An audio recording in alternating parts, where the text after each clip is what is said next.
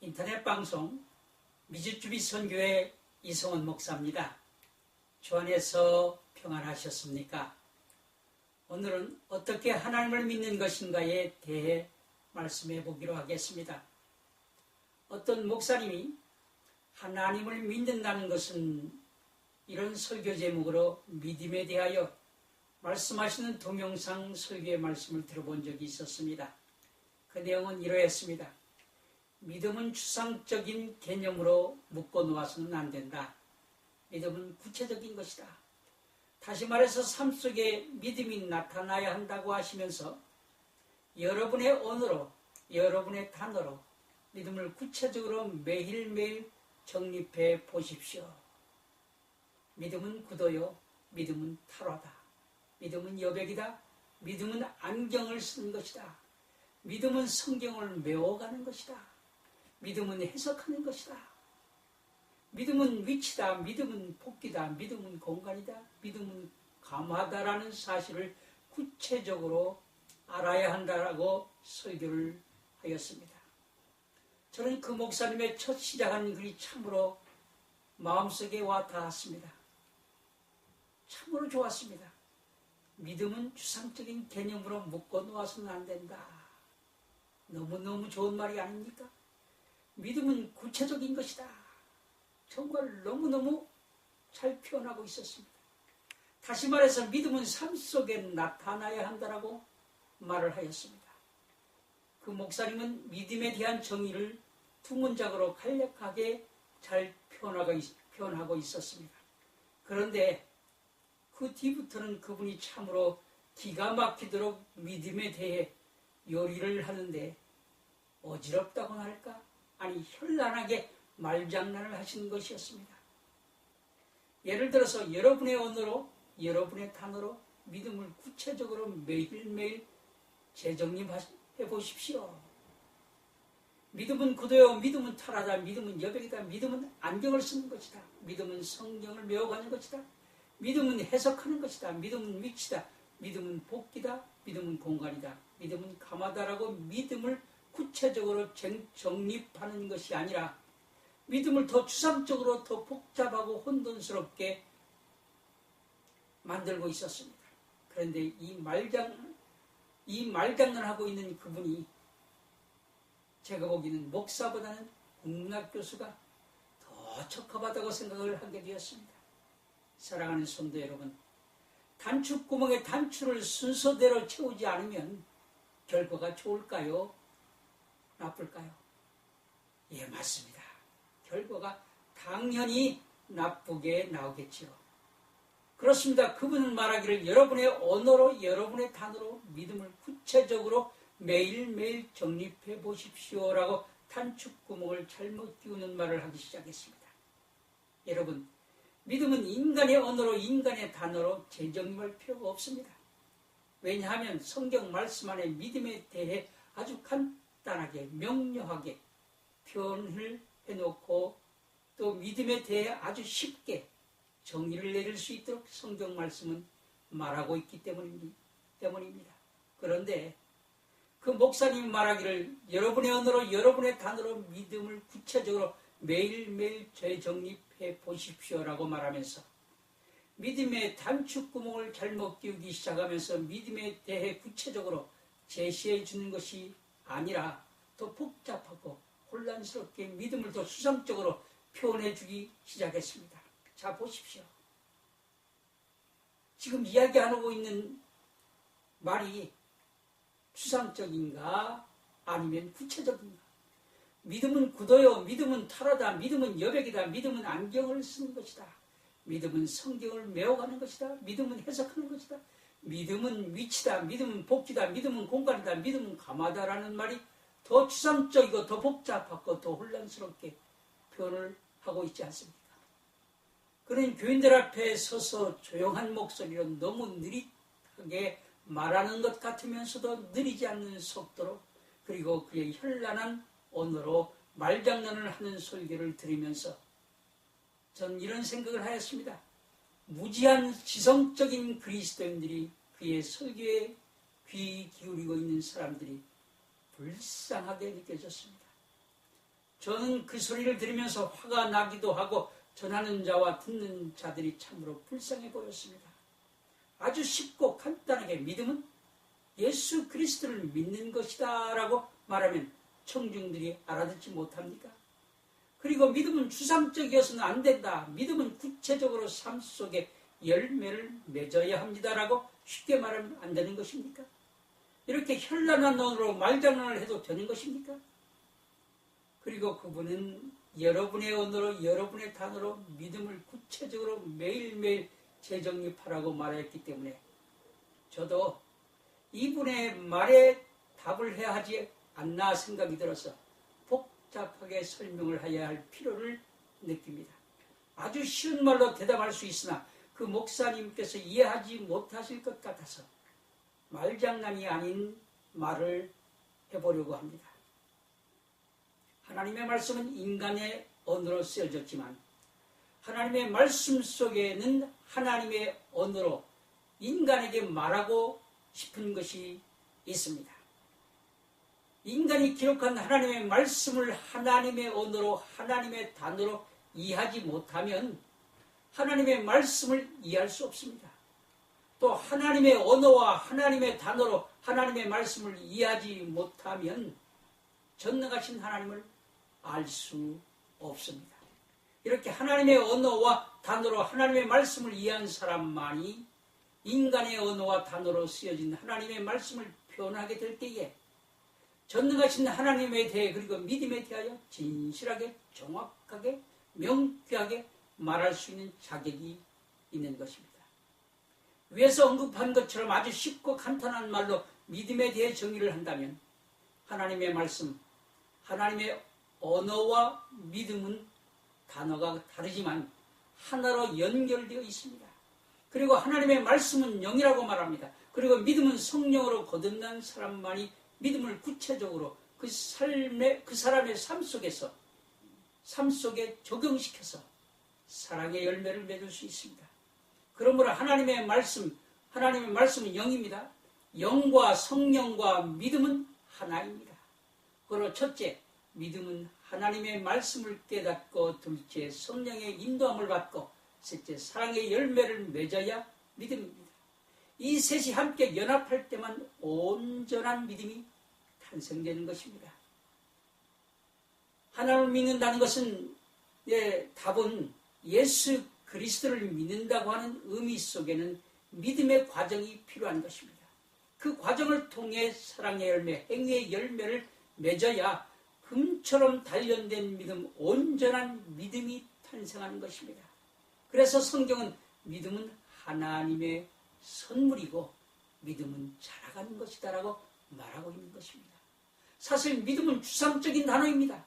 예수 그리스도를 믿습니다라고 말한다고 해서 예수 그리스도는 정말로 믿는다고 인정할 수 있는 것이 아닙니다. 내가 죽더라도 예수를 배반하지 않고 믿음을 지킬 것입니다 라고 말로만 말할 수도 있습니다. 그래서 믿음은 추상적인 것입니다. 추상적인 믿음은 믿음이 아닙니다. 믿음은 열매를 반드시 맺어야 합니다. 그래서 저는 항상 처음 가는 교회에서 성도님들에게 설교를 하러 가게 되면 질문하는 내용이 있습니다. 어떻게 질문하기 시작하면 하나 하면 여러분 예수 그리스도를 여러분의 구주로 믿습니까? 하고 질문합니다. 그러면 성도들이 예 혹은 아멘 하고 자신 있게 많은 사람들이 대답을 합니다. 습관적인 대답이죠. 그때 저는 그들에게 어떻게 반응하는 줄 아십니까? 여러분 제가 어떻게 반응하는지 한번 짐작해서 저에게 말해 주실 분이 있습니까? 저는 그들에게 이렇게 반응합니다. 새빨간 거짓말 하지 마세요.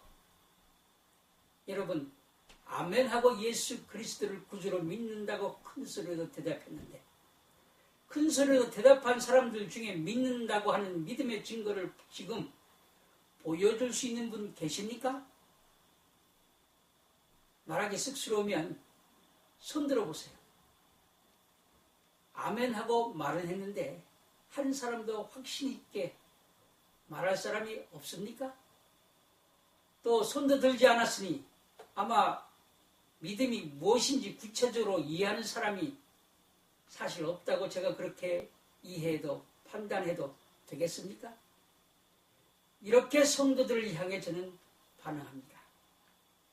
그렇다면 여기 앉아있는 분들은 모두가 말로만 예수 믿는다고 말하는 사람들 뿐이군요. 그렇죠? 목사가 예수 그리스도를 믿습니까? 하고 질문하면 아멘으로 대답하고 우리는 하나님의 아들입니다 라고 목사가 말하면 또 아멘하고 앵무새처럼 말로만 아멘만 하는 믿음입니까? 그리고 교회만 왔다 갔다 하면 천국에 가는 것으로 스스로들 착각해서 열심히 11조 내고 감사헌금하고 선교헌금 하는데 여러분 이렇게 열심히 헌금했는데 만일 천국에 갈 수 없다면 그 헌금한 그 돈 얼마나 아깝겠습니까? 그리고 그 사람은 얼마나 불쌍한 사람이겠습니까? 대단히 불쌍한 사람이죠. 그렇지 않습니까? 이런 믿음으로 천국에 갈 수 있겠습니까? 저도 말장난을 한번 해봅시다.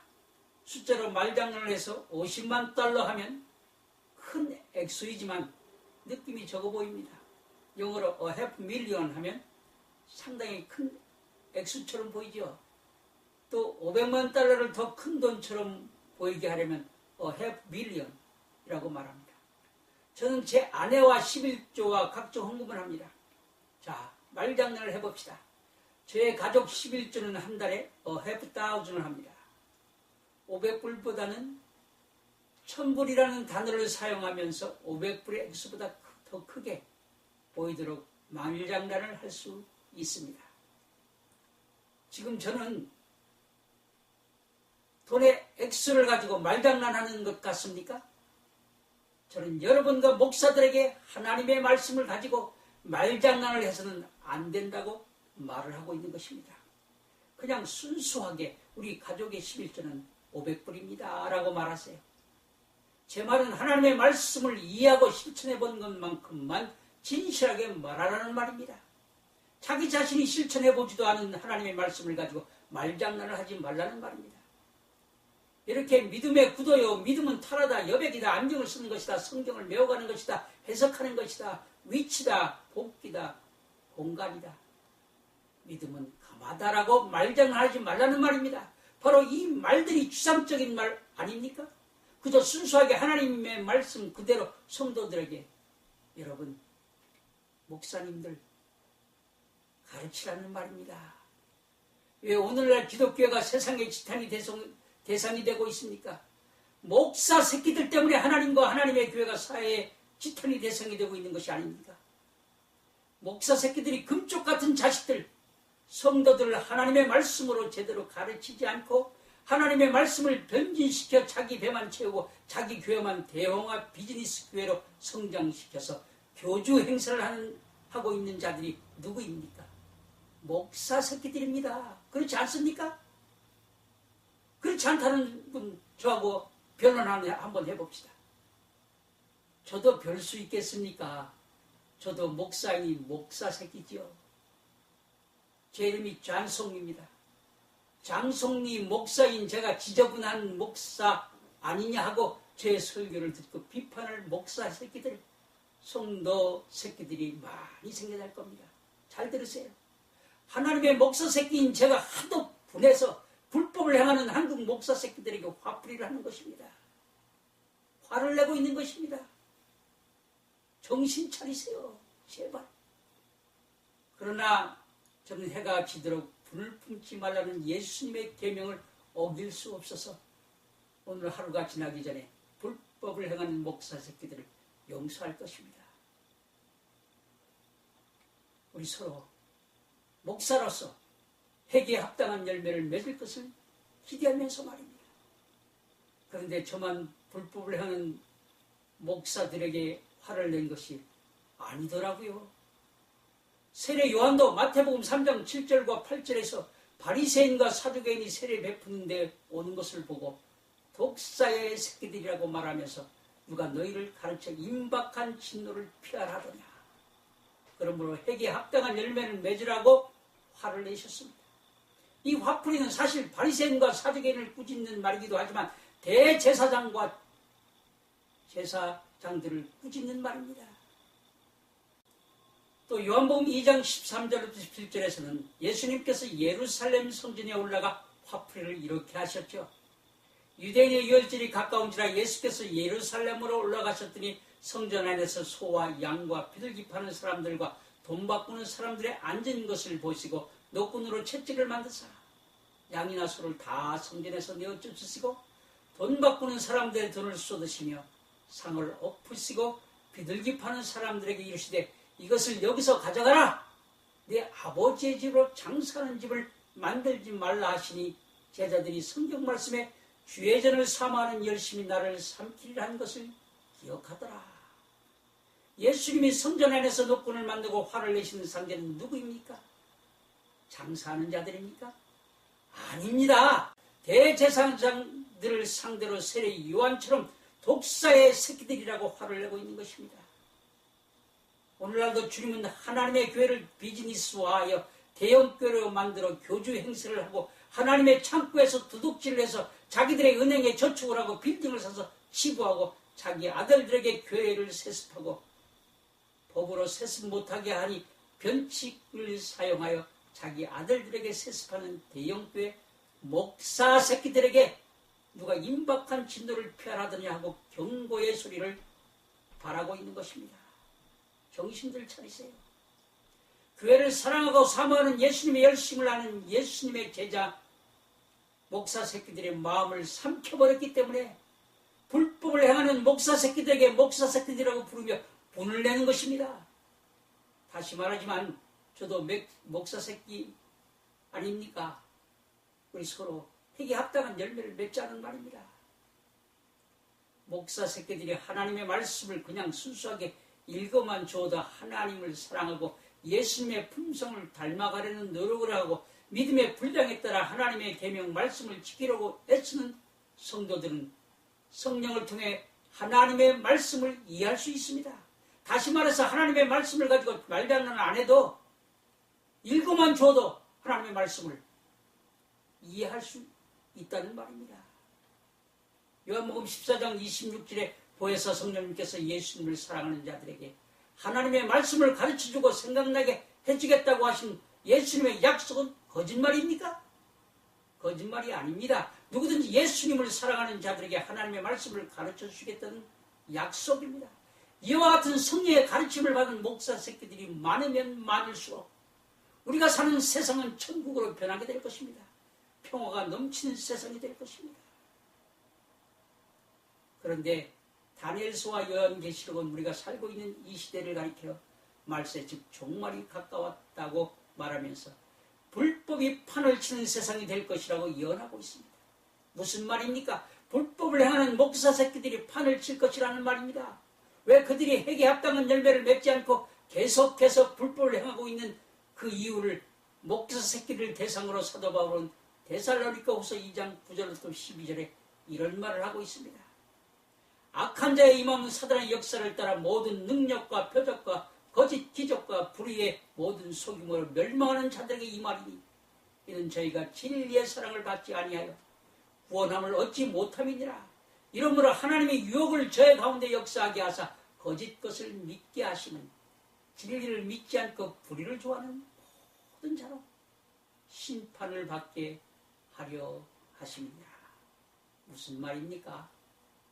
목사 새끼들이 진리, 예수님 또 말씀의 사랑을 받지 못했기 때문에 불법을 행함으로 구원을 받을 수 없대요. 또 불법을 행하는 목사 새끼들에게 하나님이 그들의 마음속에 유혹하는 유혹을 저의 가운데 불법을 행하도록 역사하게 하셨대요. 그리고 거짓 것을 믿게 하시면 불의를 좋아하는 목사 새끼들에게 심판을 할 것이래요. 그리고 불법을 행하는 목사 새끼들이 행하는 일들 때문에 멸망받을 것이라고 말합니다. 자, 들어보세요. 악한 자의 임함은 사단의 역사를 따라 모든 능력과 표적과 거짓 기적과 불의의 모든 속임으로 멸망하는 자들에게 임하기 때문이라고 말합니다. 성경은 이렇게 불법을 행하는 목사 새끼들이 핵에 합당한 열매를 맺을 수 없기 때문에 멸망받을 것을 데살로니가후서 2장 9절부터 12절이 증명해주고 있는 것입니다. 제 이름이 뭐라고 그랬죠? 장성림입니다. 장성림 목사 새끼가 불법을 행하는 목사 새끼들에게 하는 말이 아닙니까? 아닙니다. 사도 바울이 데살로니가후서 2장 9절부터 10절을 통해서 불법을 행하는 한국 목사 새끼들에게 하는 말이죠. 제가 하는 말이 아닙니다. 저는 사도 바울의 말을 입만 빌려주고 있을 뿐입니다. 저도 욕먹지 않으려고 말장난을 하고 있는 것 같습니까? 사랑하는 성도 여러분, 사랑하는 목사 여러분, 사랑하는 장로들이여, 하나님의 말씀을 살아있습니다. 살아있는 하나님의 말씀이 여러분의 마음속에서 운동하도록 하나님의 말씀을 성령을 통해 가르침을 받으십시오. 그리고 하나님의 말씀 성경책을 읽고 삶 속에, 생활 속에 실천해 보세요. 그러면 성령의 도움을 통해 여러분의 뼈마디마다 하나님의 말씀이 운동하는 소리를 아주 자세히 세미하게 듣게 될 것입니다. 히브리서 4장 12절 내용이죠. 하나님은 사랑입니다. 하나님은 누구든지 용서해주고 살아갈 준비가 되어 있는 분이십니다. 또 하나님은 말씀입니다. 누구든지 하나님의 말씀을 읽으면 하나님을, 예수님을 말씀 속에서 만날 수 있습니다. 여러분, 하나님의 말씀을 읽으면서 그 말씀 속으로 들어가서 우리 주 예수 그리스도를 만나보셨습니까?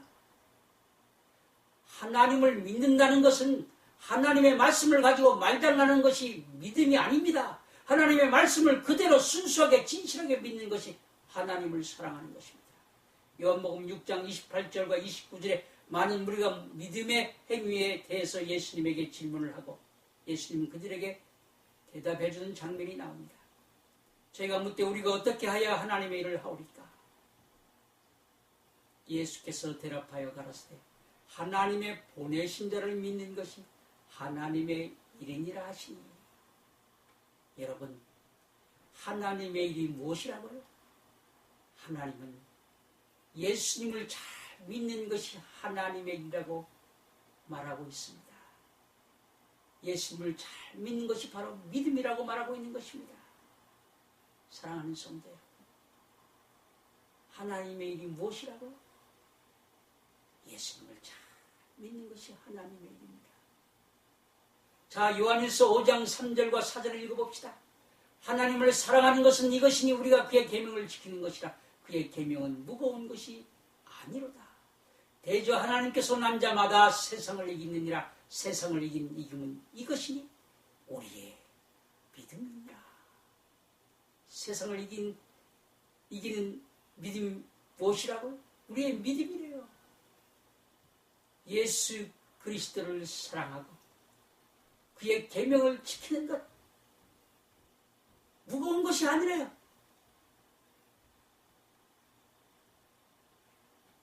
사랑하는 성도 여러분, 하나님을 사랑하고 그의 계명을 지키는 것이 우리의 믿음이라고 말합니다. 우리의 믿음을 요한복음 14장 15절에서 잘 말해주고 있습니다. 나 예수를 사랑하면 계명을 지켜라. 이렇게 말하고 있습니다. 그러므로 하나님의 말씀을 배우고 이해하고 실천하는 것이 성령으로 거듭난 사람들에게는 아주 쉬운 것입니다. 그래서 사도 요한은 요한일서 5장 3절과 4절에 하나님의 계명을, 하나님의 말씀을 지키는 것이 어렵지 않고 쉬운 것이라고 말하면서 성령으로 거듭난 자의 믿음은 세상을 이긴다고 말하고 있는 것입니다. 예수님께서 주신 계명을 지키는 것이 무거운 것이 아니래요. 가벼운 것이랍니다. 다시 말해서 계명을 지키는 것이 쉬운 것이라고 말하고 있는 것입니다. 그런데 어떤 사람에게는 계명을 지키는 것이 어려운 것입니다. 그런데 또 어떤 사람에게는 계명을 지키는 것이 쉽다고 말을 합니다. 쉽다고 말하는 그 사람은 그 이유가 어디에 있습니까? 그 이유가 무엇일까요? 요한복음 14장 26절 말씀을 믿음으로 받지 못하기 때문에 계명을 지키는 것이 어려운 것이 되는 것입니다. 잘 읽어봅시다. 보혜사 곧 아버지께서 내 이름으로 보내실 성령 그가 너희에게 모든 것을 가르치시고 내가 너희에게 분부한 모든 것을 생각나게 하시리라. 하나님의 말씀을 계명을 지키며 살려고 하는 사람들에게 성령을 통해 모든 것을 가르쳐주고 예수님이 분부한 모든 것을 생각나게 해주셔서 사탄과 세상을 이길 수 있도록 해주시겠다는 말입니다. 잘 읽어봅시다. 보혜사 곧 아버지께서 내 이름으로 보내실 성령 그가 너에게 모든 것을 가르치시고 내가 너에게 분부한 모든 것을 생각나게 하시리라. 하나님의 말씀, 하나님의 계명을 지키며 살려고 하는 사람들에게 성령을 통해 모든 것을 가르쳐주고 예수님이 분부한 모든 것을 생각나게 해주셔서 사탄과 세상을 이길 수 있도록 해주시겠다는 말입니다. 그러므로 성령으로 거듭난 사람은 하나님의 계명을 지킴으로써 성령의 인도함을 받을 수 있는 자격이 충분합니다. 로마서 8장 15절부터 10절을 읽어보세요. 그러나 성령으로 거듭나지 않은 사람은 성령의 인도함을 받을 수 없습니다. 왜냐하면 육체적인 사람이기 때문입니다. 로마서 8장 5절부터 8절 읽어보세요. 성령의 인도함을 받는 사람은 하나님의 계명을 지킬 수 있는 능력을 하나님으로부터 받게 되는 것입니다. 자, 그러면 계명은 어떻게 지키는 것입니까? 계명을 지키는 방법을 모르면 계명을 지키고 싶어도 지킬 수 없습니다. 그래서 계명을 지킬 수 있는 방법을 가르쳐주기 위해서 신학자가 필요하고 목사가 필요한 것입니다. 그런데 신학자들과 목사들은 하나님의 계명을 지키라는 것은 가르치지 아니하고 엉뚱한 철학이나 부자가 되는 방법을 가르치고 있습니다. 하나님 말씀이 부자 만들어줍니까? 하나님 말씀이 생사화복을 해결해주는 부적이나 됩니까? 차라리 목사하지 말고 세상에 나가서 사람들의 사주팔천나 도와주고 돈 벌어서 생활하든지 하시지. 교회 목사라는 거룩한 직분을 가지고 거짓말을 하고 11조를 내면 흔들어서 넘치도록 축복받고 안 내면 축복을 받지 못한다고 사기를 치고 하나님 말씀으로 성도들에게 공갈 협박을 하고 있으니 참으로 한심한 목사들 아닙니까? 한심한 기독교회가 아닙니까? 자, 하나님 말씀을 어떻게 지키는 것인지 말해보기로 하겠습니다. 성령으로 거듭나고 성령의 인도함을 받는 목사들이나 평신도 성도님들은 십자가의 죽음이 무엇인지를 아는 사람입니다. 성령으로 거듭난 사람은 자기 십자가를 지고 예수 그리스도를 따라가는 사람입니다. 하나님이 자기를 어떻게 사랑하셨는가? 십자가의 죽음을 예수 안에서 직접 체험한 사람들일 것입니다. 그래서 그 십자가의 사랑을 체험한 예수님이 자기를 사랑한 것처럼 내 이웃을 용서할 수 있고 오른뺨을 때리면 왼뺨도 돌려댈 수 있고 오리를 가자고 하면 십리까지도 가질 수 있는 하나님의 사랑을 베풀 수 있는 힘을 하나님으로부터 공급받는 사람입니다. 자, 그러면 계명을 지켜봅시다. 하나님을 사랑한다고 말하면서 왜 내 이웃에게 거짓말을 합니까? 자기의 유익을 구하기 때문에 거짓말하는 것이 아닙니까? 왜 도둑질합니까? 탐심이 가득하기 때문에 자기의 것이 아닌 것을 만들려고 도둑질하는 것이 아니겠습니까? 왜 간음합니까? 자기 것이 만족하지 않기 때문에 남의 여자를 탐하고 남의 남자를 탐하기 때문이 아닙니까? 예수님이 내 이웃을 사랑하라, 내 몸처럼 사랑하라 하고 우리에게 분부한 계명을 지키는 방법을 성경에서 참 잘 가르쳐주고 있다는 사실을 목사들에게 성경을 통해 배우지 않았기 때문입니다. 사실은 목사들도 하나님의 계명을 어떻게 지켜야 되는지 알지 못하기 때문에 성도들에게 계명 지키는 방법을 가르쳐줄 수 없는 것입니다. 계명들은 묵은 것이 아니라고 요한일서 5장 1절부터 5절에 말씀하고 있습니다. 계명을 지키는 것은 성경의 핵심이고 하나님을 사랑하는 것이고 내 이웃을 사랑하는 것이라고 말합니다. 이 말씀은 누가 한 말일까요? 예수님이 마태복음 22장 37절부터 40절에서 하신 말씀을 사도 요한이 인용한 말입니다. 예수께서 가라사대 내 마음을 다하고 목숨을 다하고 뜻을 다하여 주 너희 하나님을 사랑하라 하셨으니 이것이 크고 첫째 되는 계명이요 둘째는 그와 같으니 내 이웃을 내 몸과 같이 사랑하라 하셨으니 이 두 계명이 온 율법과 선지자의 강령이니라. 사실 요한일서 5장 1절부터 5절 말씀과 마태복음 22장 37절부터 40절뿐만 아니라 성경 전체가 하나님을 사랑하고 내 이웃을 내 몸처럼 사랑하라는 계명이 기록되어 있는 것입니다. 우리가 세상에서 생활하면서 계명들을 지키려 하나 계명이 안 지켜집니다. 본문은 말하기를 계명들은 무거운 것이 아니라고 합니다. 무슨 말입니까? 계명을 지킬 수 있다는 말입니다. 성경은 계명을 지킬 수 있다고 말하는데 우리는 계명들을 지키지 못하고 있습니다. 문제가 성경 말씀에 있습니까? 아니면 우리에게 있습니까? 예, 나에게 있습니다. 우리에게 있습니다. 지킬 수 없는 계명을 예수님이 지키라고 우리에게 명령하셨겠습니까? 마태복음 28장 19절부터 20절에 너희는 가서 모든 족속으로 제자를 삼아 아버지와 아들과 성령의 이름으로 세례를 주고 내가 너에게 분부한 모든 것을 가르쳐 지키게 하라. 볼지어다 내가 세상 끝날까지 너희와 항상 함께 있으리라 하시니라. 이 말씀을 네 가지로 분리해서 나눌 수 있습니다.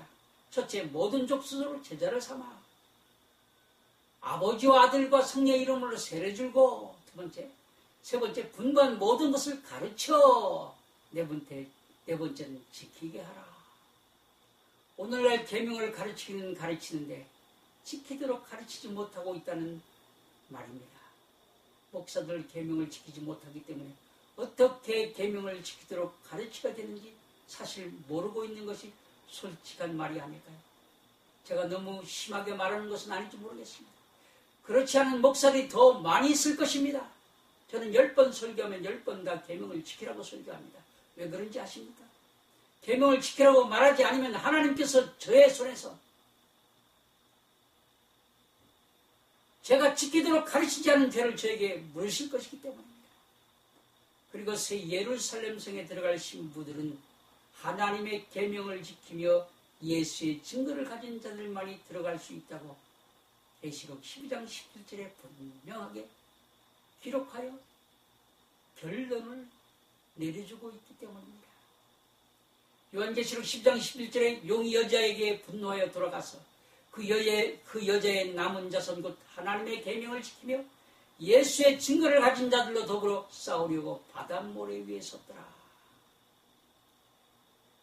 요한계시록 21장 8절에도 두려워하는 자들과 믿지 않는 자들과 흉악한 자들과 살인자들과 술객들과 우상 숭배자들과 모든 거짓말하는 자들은 불과 유황으로 타는 못에 참여하리니 이것이 둘째 사망이라. 요한계시록 22장 15절에 개들과 술객들과 행음자들과 살인자들과 우상 숭배자들과 및 거짓말을 좋아하며 지어내는 자마다 성 밖에 있으리라. 분명하게 계명을 지키지 않는 자들과 계명을 지키는 자들에게 나누어서 요한계시록은 결론을 내려주고 있습니다. 분명히 계명을 지키지 않는 자들에게 경고를 해주고 있는 말씀이죠. 우리가 계명을 지키지 않으면 우리는 어떻게 될까요? 지금 언급한 계시록 12장 17절과 21장 8절과 22장 12절 말씀은 예수를 믿지 아니하는 난 크리스천에게 하는 말입니까? 아니면 예수 믿는 우리에게 하는 말입니까? 예수를 믿는다고 하는 우리들에게 하는 말입니다. 여러분 자신을 살펴볼 수 있습니까? 사실 우리가 자신들의 죄를 살펴볼 수 있다고 할지라도 우리는 우리의 죄를 쉽게 용서해버리거나 숨겨버리거나 간과해버린 우리 자신을 발견하게 될 것입니다. 그런데 우리는 남의 죄는 간과하지 않고 들추어내고 용서하지 않는 것이 바로 우리들이 아닙니까? 여러분, 우리의 속을 한번 들여다보시고 무엇이 있는지 찾아보세요. 우리는 우리의 자신의 죄를 규명하기를 거절하고 자기의 죄를 쉽게 용서해버립니다. 그래서 계명을 지킬 수 없는 것입니다. 또 계명을 지키면 손해를 입게 되기 때문입니다. 예수 그리스도를 믿기 위해서 손해를 볼 수 있다는 것은 이것은 바로 하나님을 기쁘시게 해드리는 삶인 것입니다. 자, 이제 잘 들으시기 바랍니다. 계명을 지키지 못하는 우리에게 큰 문제가 있는 것이 분명합니다. 어떤 문제가 있길래 우리가 계명을 지키지 못하는 것일까요? 예수 믿는 기초가 잘못되어 있기 때문입니다. 한번 따라해 보세요. 예수 믿는 기초가 잘못되었다.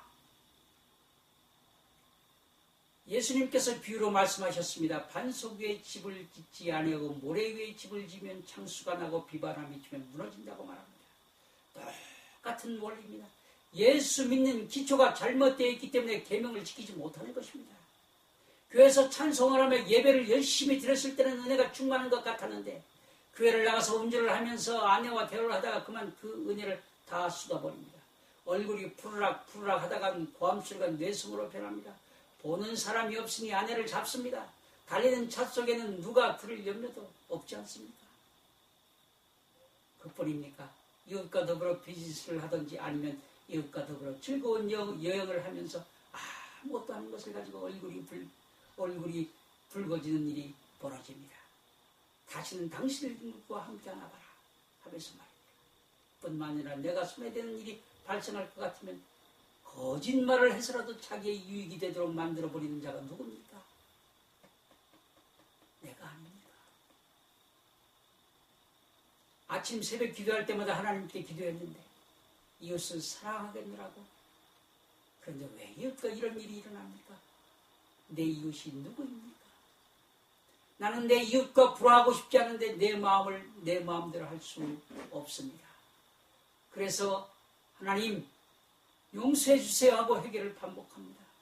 이렇게 용서해달라고 주님께 회개하는 일을 계속해서 반복하면서 지금까지 예수 믿어 왔습니다. 그렇지 않습니까? 이제는 당연한 것처럼 반복해서 회개 기도를 하고 있는 나를 발견하지 않습니까?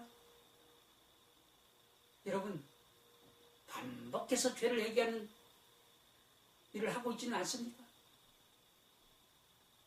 주일날 강단에서 장로님들이 대표 기도할 때 보면 계속 반복해서 용서해 주세요 회개 기도를 하고 있습니다. 육신이 연약해서 죄를 짓는 자신이 어찌할 수 없다는 것입니다. 아주 이제는 당연한 것처럼 되어버렸습니다. 무엇이 잘못됐길래 계명을 지키지 못하는 것인지 규명을 하려고도 하지 않습니다. 예수님 앞에 나아가 당연한 것처럼 반복해서 죄를 고백하고 용서를 받습니다. 여러분에게 묻습니다. 예수님이 정말 여러분의 죄를 용서해 주었을까요? 반복할 때마다. 제가 큰 아들을 키우면서 반복해서 잘못한 아들을 위하여 얼마나 고통했는지 아십니까? 미국에서는 자녀에게 채찍을 가하면 자녀를 빼앗깁니다. 그럼에도 불구하고 저는 채찍을 가하기도 하고 선생님을 찾아가서 협조를 구하기도 하고 협박도 해보고 수단이라는 모든 수단을 다 동원했으나 고칠 수가 없었습니다.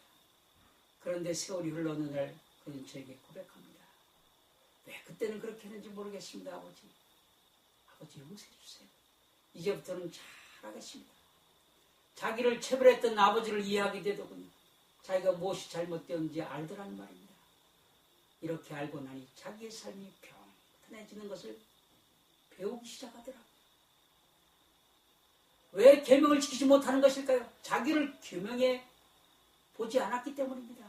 아마 규명해 보려고 여러분이 노력했을 것입니다. 그러나 규명을 하지 못했기 때문에 계명을 계속해서 지키지 못하고 죄를 범하고 있는 것이 아니겠습니까? 자, 이제부터 잘 들으시기 바랍니다. 첫 번째로 주님의 보혈의 피로 죄사함을 받은 적이 없는 사람은 계속해서 계명을 범할 수밖에 없습니다.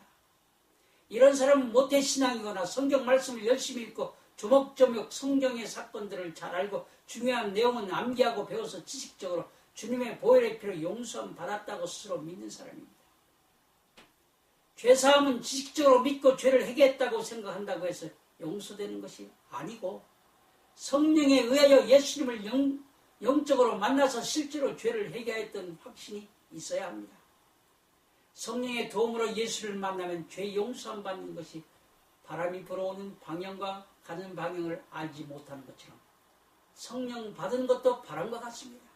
그런데 바람이 어디서 불어오는지 모르고 어디로 가는지 모르지만은 나무가지가 어느 방향으로 휘어진다에 따라서 바람이 어디에서 와서 어디로 가는지 짐작할 수 있듯이 우리들의 삶 가운데 성령의 바람이 불어 하나님의 계명을 지키도록 도와주면 하나님의 자녀로서 하나님 앞에 설 수 있도록 정결한 하나님의 자녀로 세워지는 일이 성령을 통해서 일어납니다. 바로 바람이 어디로 와서 어디로 가는지 나무가지가 휘어져서 바람에 가는 방향을 가르쳐 주듯이 성령을 통해서 우리를 도우시는 그분께서 사랑의 열매를 맺어주는 것을 보면서 하나님께서 이렇게 바람이 불어왔구나. 그리고 이렇게 열매를 맺으면서 가고 있구나 라고 알 수 있는 것입니다. 바로 성화의 과정이 시작되는 것입니다. 거룩한 삶이 시작되는 것을 통해서 죄사함과 성령을 선물로 받았다는 사실을 알게 되는 것입니다. 이와 같은 죄사함과 성령을 받은 적이 없는 사람은 계명을 지킬 수 없습니다. 두 번째는 죄사함을 주님의 보혈의 피로 용서함 받았는데 성령의 인도를 받지 못하는 사람이 있습니다. 이런 사람도 계명을 지킬 수가 없습니다.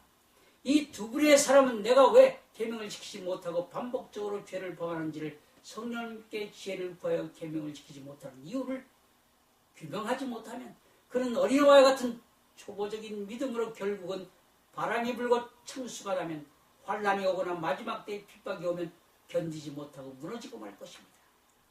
마지막 때, 그때는 언제입니까? 종말이라고 이야기하는 그때. 먹고 사는 문제 때문에 짐승의 표로 666을 받으라고 적그리스도가 강요하는 때가 이제 곧 임박했습니다. 어떻게 성령의 인도를 받아야 되는지 이야기하기 전에 모태신앙과 성경을 배워서 지식적으로 생긴 믿음에 대해서 잠시 말씀을 드리기를 원합니다. 예수님의 보혈의 피로 죄의 용서함을 받지 못한 사람은 사실 아직 이 사람은 크리스천이 아닙니다. 기독교를 믿는 종교인입니다. 그러므로 그는 성령의 인도를 받을 수 없을 뿐더러 계명을 지킬 수는 더더욱 없는 것입니다. 계명을 지키는 것을 지식적으로 배웠기 때문에 이 사람도 계명을 지켜보려고 열심히 노력하는 것을 보게 됩니다. 하나님의 일과 계명을 자기 힘으로 지켜보려고 애를 쓴다는 말입니다. 사실 이런 사람들은 종교인이 되었기 때문에 문자적으로 계명을 지키는 법을 아는데 성령의 조명을 받을 수 없기 때문에 계명이 가지고 있는 영적인 의미를 깨달을 수 없는 것입니다. 하나님 말씀 뒤에 하나님이 말씀하고 계신 하나님의 마음속에서 나온 그 말씀을 이해할 수 없다는 말입니다. 성령의 종이었기 때문에 계명을 지키지 못하는 것은 당연한 것입니다. 하나님의 말씀 즉 계명은 하나님의 마음에서 나온 것이기 때문에 성령이 조명이 없으면 죽었다 다시 깨어난다 해도 계명들을 이해할 수 없는 것입니다. 이런 사람은 예수님의 십자가 앞에 나가 자기의 죄를 진심으로 고백하시기 바랍니다. 그리고 하나님으로부터 예수님의 보혈의 피로 죄가 씻겨지는 경험을 성령을 통해서 하셔야 할 것입니다. 이 사건은 하나님과 죄를 회개하는 사람 사이에 일어나는 사건이므로 죄를 회개하는 사람만이 느낄 수 있는 기쁨을 맛보게 될 것입니다. 죄 용서함이 이루어질 때에 성령의 도움을 받아서 바람이 부는 방향을 알 수 있는 것처럼 주님의 용서가 임하는 것을 알 수 있을 것입니다. 죄가 용서가 되었는지 아닌지 말입니다. 죄를 용서함 받은 것을 어떻게 아느냐? 죄로부터 해방되어 하나님의 자녀가 되는 그 순간은 기쁨의 눈물이 하염없이 흐르게 될 것입니다. 우리 주님께 감사의 찬양이 우리의 온 마음에 가득 차게 될 것입니다. 그리고 마음이 날아갈 것처럼 기쁨이 찾아올 것입니다. 그리고 하나님의 계명을 지켜 성결한 삶, 거룩한 삶, 성화의 과정이 시작되는 것이 우리들의 삶 가운데 사랑의 열매를 맺는 일이 시작되며 일어나게 될 것입니다. 사랑하는 성도 여러분, 예수를 믿기만 하면 죄가 용서됐다고 선언하는 것은 가짜 복음입니다. 믿는다는 의미 속에는 십자가의 피해 용서와 죽음이 전제되어 있는 것입니다. 십자가의 피해 용서와 죽음이 없이는 믿음의 시작이 될 수 없기 때문에 계명을 지킬 수 없는 것입니다. 사도행전 2장 36절부터 38절에 그런즉 이스라엘 온 집이 정령 알지니 너희가 십자가에 못 박은 이 예수를 하나님이 주와 그리스도가 되게 하셨느니라 하니라. 저희가 이 말을 듣고 마음에 찔려 베드로와 다른 사도에게 물어가로되 형제들아 우리가 어찌할꼬 하거늘 베드로가 가로되 너희가 회개하여 각각 예수 그리스도의 이름으로 세례를 받고 죄 사함을 얻으라. 그리하면 성령을 선물로 받으리니. 새 요한도 광야에서 외쳤습니다. 회개하라 천국이 가까웠느니라. 예수님도 공생을 시작하시면서 회개하라 천국이 가까웠느니라고 외쳤습니다. 죄를 해결하지 않고는 그리스도인이 될 수 없습니다. 죄를 해결하지 않고는 하나님의 사람이 될 수 없습니다. 죄를 해결하는 것은 그리스도가 우리 마음속에 들어올 수 있는 첩격입니다. 회개는 굽은 길을 곧게 하는 것이요 높은 산을 낮추어서 평택케 하는 것이요 골짜기를 메워서 평지가 되게 하는 일입니다. 그래야 고속도로를 만들 수 있는 것입니다. 고속도로를 타고 주님이 우리에게 속히 찾아올 것입니다. 우리 마음속에 말입니다. 회개를 통해서 죄사함을 받으면 성령을 선물로 동시에 받는다고 말합니다. 사도행전 3장 19절에 너희가 회개하고 돌이켜 너희 죄 없이 함을 받으라. 이같이 하면 유쾌하게 된 날이 주 앞으로부터 이를 것이요. 죄를 해결하고 나면 날아갈 것 같은 기쁨을 경험하게 될 것입니다. 왜냐하면 주 앞으로부터 유쾌하게 되는 마음의 선물을 받게 되기 때문입니다. 저도 처음 주님을 영접했을 때 죄를 해결하고 나니 날아갈 것 같은 마음이 내 마음속에 찾아왔습니다. 내 마음속에 어둡고 답답하고 괴롭고 외로운 그런 마음이 다 날아가 버렸습니다. 그리고 그 마음속에 기쁨이 찾아왔습니다. 죄의 해결을 한 그날 하나님 감사합니다. 하나님 감사합니다. 나도 모르게 내 입에서 하루 종일 한 발짝 뛰면서도 하나님 감사합니다. 하나님 감사합니다. 날아갈 것 같은 마음이 되어버렸습니다. 사랑하는 성도 여러분, 죄사함을 받는 것이 믿음의 기초를 튼튼하게 하는 것입니다. 이때부터 그리스도인이 시작되는 것입니다.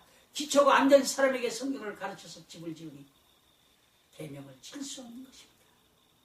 기초가 되어 있는 사람, 즉 죄 용서함을 받은 사람만이 성령의 인도함을 받고 그 기초 위에 튼튼한 집을 성령님과 함께 지어가는 것입니다. 우리 주 예수님과 함께 지어가는 것입니다. 우리 하나님 아버지와 함께 지어가는 것입니다. 찬양하며 기뻐하며. 자, 지금부터 집을 짓는 방법을 말씀드리겠습니다. 하나님의 계명들은 무거운 것이 아니라 지키기 쉬운 것이라고 말하고 있습니다. 이렇게 성경은 말합니다. 요한복음 14장 26절에 보혜사 곧 아버지께서 내 이름으로 보내실 성령 그가 너에게 모든 것을 가르치시고 내가 너에게 말한 모든 것을 생각나게 하시리라. 앞에서 말씀하신 말이죠. 요한복음 10장 13절에는 진리의 성령이 오면 너희를 진리 가운데로 인도하시리니 우리가 어떻게 하면 성령의 가르침을 받고 진리 가운데로 인도함을 받을 수 있을까요? 요한복음 10장 15절은 나를 사랑하면 계명을 지키라. 21절과 23절과 24절에는 나의 계명을 가지고 지키는 자라야 나를 사랑하는 자니 나를 사랑하는 자는 내 아버지께 사랑받을 것이요 나도 그를 사랑하여 그에게 나를 나타내리라. 예수께서 대답하여 가라사대 사람이 나를 사랑하면 내 말을 지키리니 내 아버지께서 저를 사랑하실 것이요. 우리가 복수죠. 제게 와서 여러분 마음속에 와서 곧 저를 저와 함께 하리니 여러분과 함께 하시겠대요. 나를 사랑하지 아니하는 자는 내 말을 지키지 아니하나니 너희 듣는 말은 내 말이 아니요 나를 보내신 아버지의 말씀이니라. 성령님께서는 죄를 회개하고 죄 용서함 받은 사람을 하나님의 말씀 계명을 지키도록 가르쳐주기 시작합니다. 다시 말해서 성령님이 기초 위에 좋은 아름다운 집을 지을 수 있도록 하나님의 말씀으로 우리의 삶이 거룩한 삶, 깨끗하고 정직한 삶을 살아가도록 인도해 준다는 말입니다. 깨끗하고 정직하고 거룩한 벽돌을 하나하나 쌓게 만들어 주신다는 말입니다. 그래서 집을 짓게 하신다는 말입니다. 성령님의 인도함을 받으면 하나님의 계명을 지킬 수 있다는 말입니다. 계명은 또 무거운 것이 아니라는 말입니다. 이때부터 페이스 오브 전이 믿음의 여행이 시작되는 것입니다. 성화가 시작되는 것이라는 말입니다. 어느 날 나의 모든 것을 십자가의 밑에 내려놓고 주여 나는 아무것도 할 수 없습니다. 계명도 지킬 수 없고 하나님의 어떤 것 하나도 내 뜻대로 할 수 없으니 당신에게 모든 것을 맡깁니다. 나는 십자가에서 당신 안에서 예수 안에서 죽었습니다. 죽은 자가 무엇을 할 수 있겠습니까? 주여 저를 긍휼히 여기시고 불쌍히 여기셔서 저를 도와주소서. 이렇게 주님께 고백할 때까지 성령님은 여러분의 마음이 낮아지고 겸손해질 때까지 훈련시키시고 두 손을 번쩍 들고 항복을 선언할 때 주의 성령은 도움의 손길을 뻗쳐서 하나님의 말씀이 생각나게 하시고 가르쳐 주시고 진리 가운데로 인도하셔서 계명을 지켜서 열매 맺게 하시는 은혜의 복을 허락해 주는 것을 경험하게 될 것입니다. 나는 아무것도 할 수 없습니다. 주님이 나를 대신하여 계명을 지킬 수 있도록 도움을 청하는 순간부터 계명을 지킬 수 있는 능력, 죄를 이길 수 있는 능력이 생길 때까지 성령님께서 여러분을 도우시고 인도해 주실 것입니다. 가르쳐 주시고 생각나게 해 주실 것입니다. 이때부터 여러분의 페이스 오브 저니가 성령님과 함께 시작이 되는 것입니다. 믿음의 기초는 십자가에서 죄를 해결하고 십자가에서 자신이 죽는 그 순간부터 시작이 되는 것입니다. 사도 바울의 고백처럼 나는 죄인 중에 괴수로다. 우리의 하루의 시작이 매일매일 아니 시간 아니 초간 나는 날마다 죽노라. 십자가에서 죽는 것입니다. 십자가로부터 시작하는 것입니다. 이때부터 성령은 우리를 십자가로 나가는 법을 배워주기 시작할 것입니다. 나는 날마다 죽노라. 계명을 지킬 때도 죄와 싸울 때도 십자가 앞에 나가서 나는 죽었습니다. 성령님 나를 도와주세요. 도움을 청하는 순간 어둠의 세력 공중의 권세 잡은 자 악한 영들에게 승리할 수 있도록 성령님께서 하나님의 말씀을 생각나게 하시고 가르쳐 주시고 진리 가운데로 인도해 주실 것입니다. 누가요? 성령 하나님이 말입니다. 이미 예수님께서 사탄에게 십자가에서 승리하셨습니다. 사랑하는 성도 여러분, 예수님께서 사탄에게 승리하신 것이 바로 나의 승리입니다. 그거 아십니까? 그렇기 때문에 저도 이길 수 있는 겁니다. 왜? 내가 예수 안에서 주는 내 안에 내가 주 안에 그분과 동행하는 삶을 살려고 예수님을 사랑하기 위해서 하나님의 계명을 지킬 때 주님께서 나와 함께 하시는 것을 경험하게 되는 것입니다. 바로 여러분과 함께 하시는 것을 경험하게 되는 것입니다. 로마서 8장 13절과 14절에 너희가 육신대로 살면 반드시 죽을 것이로되 영으로서 몸의 행실을 지키면 살리니 무릇 하나님의 영으로 하나님의 성령으로 인도를 받는 그들은 곧 하나님의 아들이라. 육신대로 살면 무슨 말입니까? 성령으로 거듭나지 않은 사람처럼 생각하고 행하면서 살아간다면 반드시 죽는다는 말입니다. 계명을 지킬 수 없다는 말입니다. 그러나 성령으로 거듭난 사람이 하나님의 영, 즉 성령으로 인도함을 받아 삶 속에서 몸의 행실을 죽이면 그는 하나님의 아들이 될 수 있다는 말입니다. 계명을 지킬 수 있다는 말이죠. 맞죠? 그것은 제 말이 아닙니다. 하나님의 말씀이 우리에게 그렇다 하는 그런 것입니다. 왜냐하면 하나님의 말씀은 진리이기 때문입니다. 사랑하는 성도 여러분, 성령으로 몸의 행실을 죽이면 이라는 의미는 무엇입니까? 성령으로 몸의 잘못된 행실을 죽이는 것을 말합니다. 성령으로 몸의 잘못된 행실을 죽이는 그것은 계명을 지킬 수 있는 방법이 되는 것입니다. 순서는 이렇습니다. 저를 예를 들어 설명하면 제 마음속에 죄의 생각이 들어오면 저는 예수의 피로 죄 용서함을 받은 사람이기 때문에 성령님께서 하나님의 계명을 생각나게 해주십니다.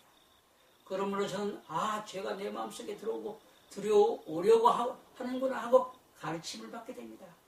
즉 죄가 내 생각 속에 들어온 것을 알게 된다는 말입니다. 그때 나는 선택의 기로에 놓이게 됩니다. 성령의 음성을 들을 것인가 아닌가, 아니면 무시할 것인가. 무시하면 사탄의 뇌가 되어 죄를 범하게 되는, 죄의 종로를 타게 되는 그러한 사람으로 바뀌어버리죠. 성령의 음성을 듣고 예수님을 향하여 기도하거나 다급하고 외칩니다. 주님, 저를 도와주세요. 제 생각 속에 들어와 있는 죄를 물리쳐주세요. 이렇게 주님의 보좌 앞 십자가 앞에 나아가 기도할 때, 혹은 외칠 때 성령의 도움을 받아 몸의 행실을 죽일 수 있게 되므로 죄의 생각이 소멸되는 경험을 하게 되는 것입니다. 바로 죄와 싸워 승리하는 것입니다. 사도 바울은 성도들이 죄를 이길 수 있는 방법을 히브리서 4장 15절과 16절에 기록해 놓았습니다. 우리에게는 대제사장은 우리의 연약함을 채우려지 아니하는 자가 아니요 모든 일에 우리와 한결같이 시험을 받은 자로되 죄는 없으시니라. 그러므로 우리가 공의하심을 받고 때를 따라 돕는 은혜를 얻기 위하여 은혜의 보좌 앞에 담대히 나갈 것이니라. 여러분, 은혜의 보좌 앞에 담대히 나가고 계십니까? 예수님도 육체로 계실 때 사탄으로부터 시험을 받으셨습니다. 사탄이 돌로 떡을 만들려고 시험하였습니다. 예수님께서 사람이 떡으로만 살 것이 아니라고 말씀하시면서 하나님의 말씀하셨습니다. 또 사탄은 천하 만국을 주겠다고 하면서 자기에게 절하기를 요구하였습니다. 예수님이 대답하였습니다. 주 너희 하나님을 경배하고 다만 그를 섬기라. 세 번째, 사탄이 예수님을 성전 꼭대기에 데리고 가서 뛰어내리면 사자들이 너를 땅에 부딪히지 않게 할 것이라고 하였을 때, 주 너희 하나님을 시험치 말라고 말씀하심으로 사탄으로부터 승리하셨습니다. 우리도 성령 하나님의 인도를 받으면 승리할 수 있습니다. 저는 이렇게 사탄과 싸워서 죄를 이깁니다. 집에서 설교 준비를 할 때나 차를 타고 할 때나 혹은 사람을 만날 때나 일할 때나 항상 죄의 생각과 마음이 주를 향하도록 합니다. 예를 들어서 제가 처음 경건의 연습을 시작할 때는 어린아이와 같은 믿음을 가지고 있었습니다. 성령이 충만해서 방언도 하고 소리내어 기도도 하고 시간만 나면 어디에서든지 기도하고 성경을 읽었습니다. 저는 육신이 연약해서 죄를 범하였습니다. 계명을 지킬 수가 없었습니다. 성령이 충만해서 방언도 하고 기도도 시간이 있을 때마다 하루에 3시간씩 하는데도 하나님의 말씀 계명을 지키지 못하였습니다. 저는 젊은 청년 때 예쁜 아가씨를 보면 머리서부터 발끝까지 바라보면서 감상하며 죄를 꿀꺽 삼켜버렸습니다. 그것이 죄인지는 몰랐습니다. 어느 날 성경을 보는데 여자를 보고 운명을 품는 자마다 마음에 이미 가늠하였느니라 하는 말씀을 읽게 되었습니다. 그래서 저는 즉시 주님께 해결을 했습니다. 이제는 여자를 보고도 감상하지 않겠노라. 더러운 생각을 품지 않겠노라고 말입니다. 그런데 그것이 내 마음대로 안 되더란 말입니다. 탐심이 계명 속에 들어가 가장 탐심을 만들어 죄를 범하게 하는 것처럼 안목의 정령이 발동하여 아름다운 여자가 지나가면 옛날처럼 죄의 생각 속에 감상하려는 생각이 드는 것이 아니겠습니까? 그래서 저는 주님을 향하여 외칩니다. 주님 때를 따라 돕는 은혜를 얻기 위하여 은혜의 보좌 앞에 담대히 나오라고 말씀하시지 않았습니까? 은혜를 베풀어 주세요. 이 생각을 멈추게 해주세요. 저는 주님의 상하신 발 앞에 엎드려 외칩니다. 잘못된 죄의 생각을 물리칠 수 있게 해달라고 합니다. 그때부터 잘못된 생각이 물러가는 것을 경험하게 되었습니다.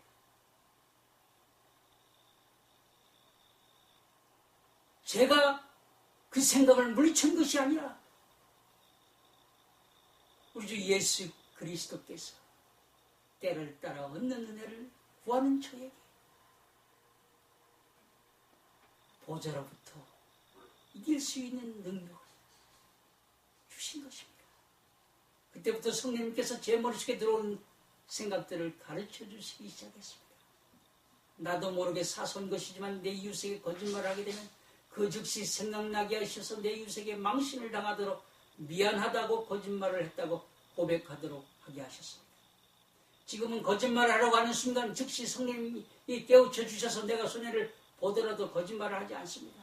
죄가 제 머릿속에 들어오나 죄가 내 마음속으로 내려가서 집을 짓지 못하게 합니다. 만일 죄의 생각이 마음에 들어오려고 하거나 죄를 범하면 저는 즉시 주님께 나아가 회개합니다. 주님의 보좌 앞에 나갑니다. 은혜의 보좌 앞에 말합니다. 저는 죽을 때까지 육신을 가지고 있는 한 죄와 싸워서 이겨야 합니다. 왜냐하면 저는 정결한 주님 앞에 서야 하는 신부이기 때문입니다. 그래서 저는 매일매일 아니 시간 성령님께 도움을 구합니다. 나 스스로는 제 길을 이길 수 없기 때문입니다. 성령님의 도움을 받아 은혜의 보좌 앞에 순간순간 무시로 기도하며 예수 그리스도 앞에 나갑니다. 평안할 때도 은혜의 보좌 앞에 나가 하나님을 찬양합니다. 불안함이 몰려올 때도 주님 보좌 앞에 나갑니다. 저는 우리 주 예수가 없으면 살 수 없는 존재입니다. 차를 타고 갈 때도 저의 생각은 주님을 향합니다. 잠을 잘 때도 주님을 향해 나아갑니다. 사람과 대화할 때도 저의 생각은 수시로 주님 앞에 나아갑니다. 이렇게 경건의 연습을 계속되던 어느 날 깨닫게 되었습니다. 내가 그리스도를 닮아가고 있구나 하고 말입니다. 성령의 인도를 받는 사람은 계명이 무거운 것이 아니구나. 이렇게 알게 되었습니다. 이렇게 경건의 연습이 계속되면 어린아이의 믿음에서 청년의 믿음으로 아비의 믿음으로 자라가게 되는 것입니다. 기초가 안 된 사람은 계명을 지킬 수 없는 이유가 바로 거기에 있는 것입니다. 이유는 성령의 도움을 받을 수 없기 때문입니다. 오늘날 목사들이 십자가 앞에 나아가 예수를 만날 수 있도록 가르치진 않고 먼저 새 신자를 보면 예수님을 믿습니까? 입으로 믿는다고 시인하도록 가르쳐놓고 오는 말합니다. 입으로 예수를 믿는다고 시인했으니 당신은 이제 구원받았습니다. 열심히 신앙생활하고 11조 잘하면 복받습니다. 라고 가르칩니다. 여러분, 이것은 복음이 아닙니다. 이것은 오해된 가짜 복음입니다. 또 은사 중심, 신비주의 중심으로 교회의 방향을 이끌면서 방언이 성령 세례라고 거짓 이론을 가르침으로 하나님의 말씀을 지킬 수 없는 그리스도인들을 만들어내고 있기 때문입니다. 하나님 앞에 설 수 있는 하나님의 거룩한 자, 성결한 자가 되고 싶지 않습니다. 그리고 죄로부터 구원받기 원하십니까? 주님의 보혈의 피로 먼저 죄사함을 받으십시오. 용서함을 받으시라는 말입니다. 그리고 오순절날 성령이 사람들에게 임했던 그 성령을 여러분도 동시에 받으시기 바랍니다. 그리고 성령의 인도를 받아 몸의 행실을 죽여 계명을 지킴으로써 하나님의 사랑의 열매를 맺으십시오. 성령을 받으면 계명은 무거운 것이 아닙니다라고 가르쳐야 합니다. 마태복음 28장 19절 20절에 너희는 가서 모든 족속으로 제사를 삼아 아버지와 아들과 성령의 이름으로 세례를 주고 내가 너에게 분반 모든 것을 가르쳐 지키게 하라 볼지어다 내가 세상 끝날까지 너희와 함께 있으리라. 예수님이 제자들에게 대사명을 주시면서 성삼위 이름으로 세례를 주고 너희에게 분반 모든 것을 가르치라고 했습니다. 그래서 목사들은 하나님의 말씀을 가르치기는 잘 가르칩니다. 그런데 지키도록 가르치지 않고 있습니다. 어떻게 하나님의 말씀을 지켜야 되는지 목사 자신들도 모르기 때문입니다. 그러나 설교할 때 자기들도 지키지 못하면서 계명을 지키라고 선포하고 있습니다. 하나님의 말씀 지키라고 선포하고 있습니다. 참으로 안타까운 일입니다. 끝으로 모든 성경 말씀을 결론을 맺는 성경은 어느 성경입니까? 요한계시록입니다. 요한계시록 1장 3절 말씀에 예언의 말씀을 읽는 자들과 듣는 자들과 그 가운데 기록한 것을 지키는 자들이 복이 있나니 이때가 가까움이라. 지키는 자들에게 복이 있나니. 모든 성경의 결을 맺는 요한계시록도 이 예언의 말씀을 읽는 자들과 듣는 자들과 그 가운데 기록한 것을 지키는 자들이 복이 있다고 말하고 있지 않습니까? 그러므로 성령으로 거듭난 자는 요한복음 14장 26절 말씀처럼 하나님 모든 말씀을 가르쳐 주십니다. 그리고 삶 속에서 즉 생활 속에서 내 이웃과 관계를 맺고 살아갈 때에 하나님의 말씀이 생각나게 해주셔서 세상 사탄을 이길 수 있는 길로 인도해 주시기 때문에 하나님의 계명을 지키기가 쉬운 것입니다. 이제 계명을 지키는 방법 아셨습니까? 자, 믿음에 대해 결론을 내리겠습니다. 아주 쉽고 간단하게 믿음을 정의해서 말한다면 예수 그리스도를 사랑하는 것이 믿음이라고 말하고 있는 것입니다. 여러분, 예수님 사랑하시죠? 그러면 요한복음 14장 15절 말씀처럼 계명을 지키십시오. 요한복음 14장 15절에 나를 사랑하면 계명을 지키라고 하시는 말씀이 여러분의 삶 속에 적용시켜야 하는 말씀이기 때문에 계명을 지켜서 사랑의 열매를 맺어 온전한 믿음을 증명해내는 여러분이 되시기를 주님의 이름으로 간절히 원합니다. 아멘.